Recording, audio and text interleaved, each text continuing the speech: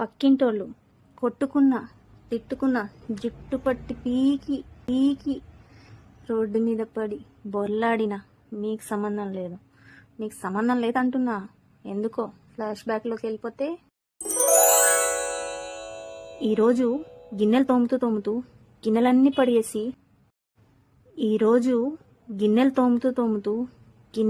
పడేసి, పరిగెత్తుకుంటూ మా ఆయన దగ్గరికి వెళ్ళి ఏమండి పక్కింటోళ్ళు ఎందుకు రోజు గొడవ పడుతుంటారు, కొట్టుకుని చచ్చిపోతుంటారు అన్న. ఆయన అన్నారు, వాళ్ళ మధ్య 1000 ఉంటాయి, నీకెందుకు నాకెందుకే, నీ పన్ను చూసుకోపో అన్నారు.